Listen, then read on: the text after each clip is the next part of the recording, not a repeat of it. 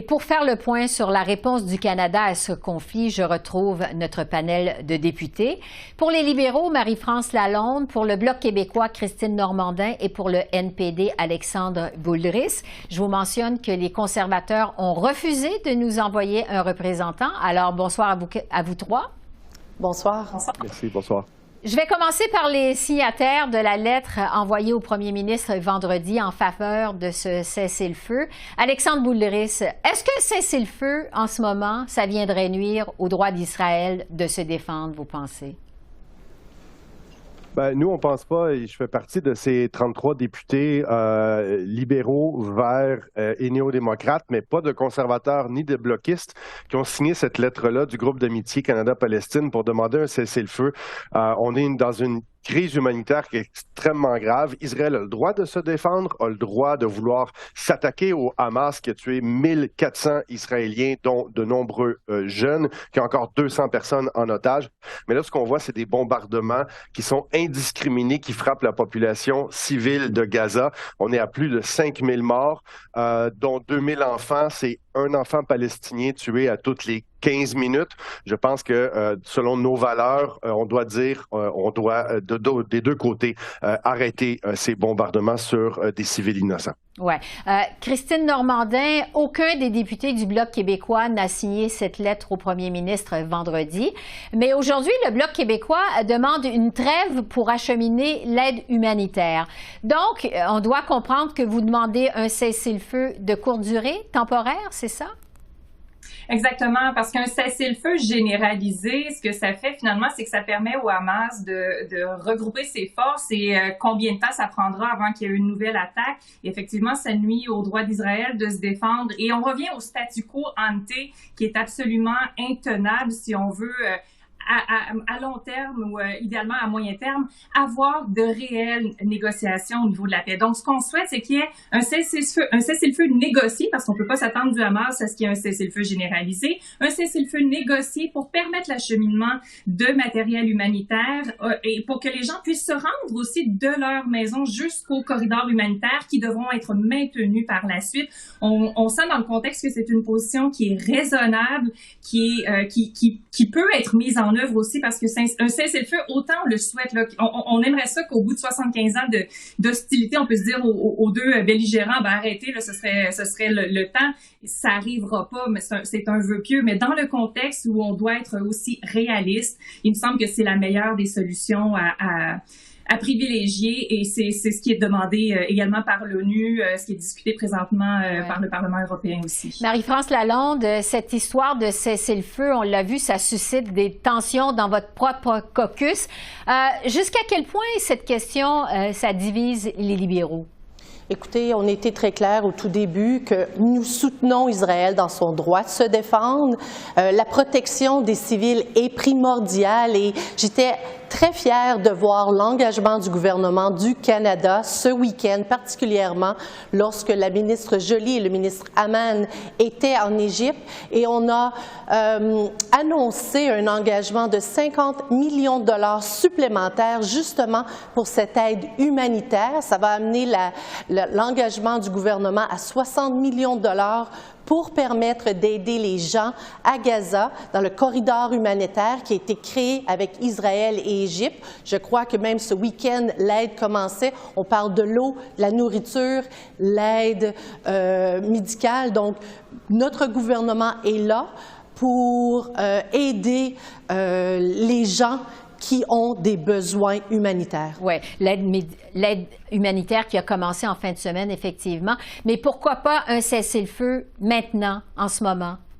Bien, écoutez, c'est important pour nous d'appuyer Israël dans son droit de se défendre de l'attaque terroriste qui a tué dans des circonstances inimaginables des gens, des personnes, des enfants, des femmes dans des festivals. Donc, nous sommes là, mais par la même occasion, nous voulons soutenir ce corridor humanitaire qui va permettre aux gens qui sont à Gaza d'avoir une aide humanitaire pour leur permettre d'avoir de l'eau, de la nourriture et de l'aide médicale. Oui.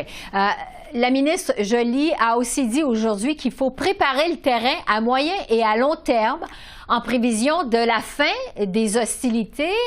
Christine Normandin, qu'est-ce qui pourrait être fait par le Canada à cet égard, selon vous?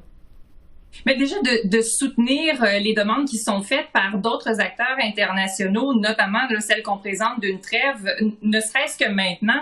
Je pense que c'est un bon début. Ce qui me donne de l'espoir que ce genre de choses-là peut être mis en place, c'est qu'on a vu qu'il y a des otages qui ont commencé à être libérés grâce aux pourparlers, par exemple, avec le Qatar, qui a des contacts avec les deux belligérants.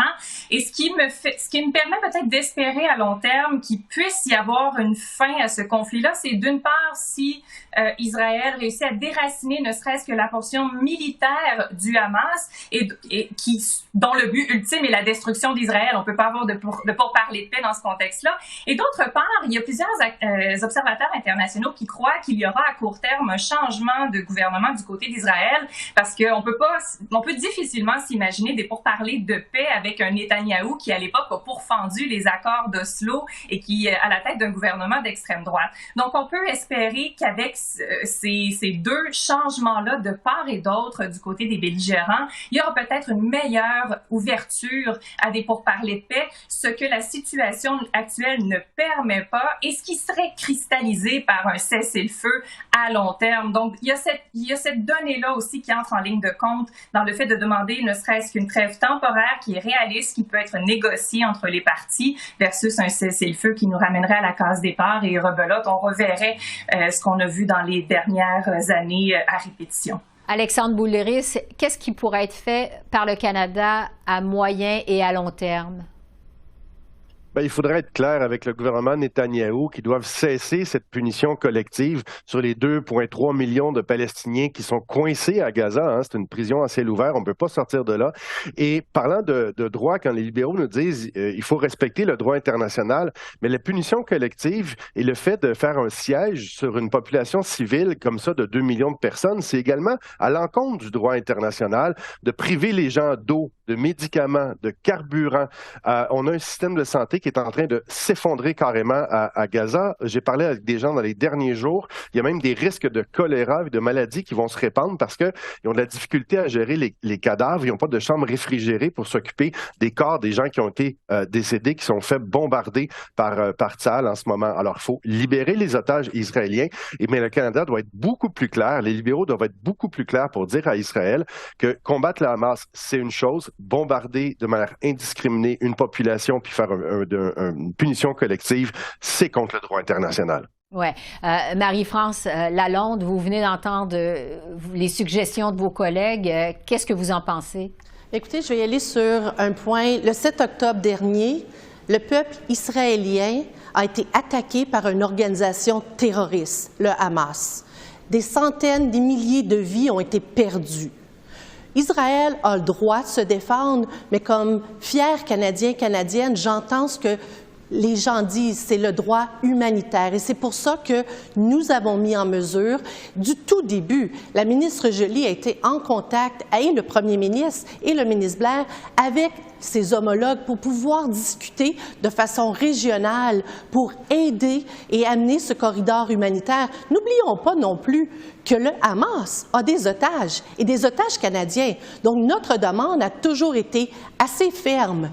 Ils doivent laisser aller les otages. Et comme ma collègue du Bloc le mentionnait, on était fiers de voir que 2. Mais il y a encore des Canadiens qui ont besoin de sortir. On va continuer de travailler pour les Canadiens et les Canadiennes qui sont là et qui doivent sortir. Donc, on est tous en mesure de faire des prédictions. Écoutez, je n'irai pas sur les spéculations du Bloc québécois par rapport au gouvernement d'Israël. Nous, on fait des actions concrètes. On va aider les gens dans le besoin à Gaza. Nous comprenons que cette aide humanitaire, elle est d'importance primordiale. C'est ça qu'on fait. Par la même occasion, nous devons aussi dire à Hamas que ces actions ont des conséquences. Il doit libérer nos otages et c'est ce qu'on a demandé depuis le tout début. Évidemment, on continue à suivre ce conflit de près et la réponse du Canada. Merci beaucoup à vous trois. Merci. Au revoir. Merci beaucoup. Bonne journée.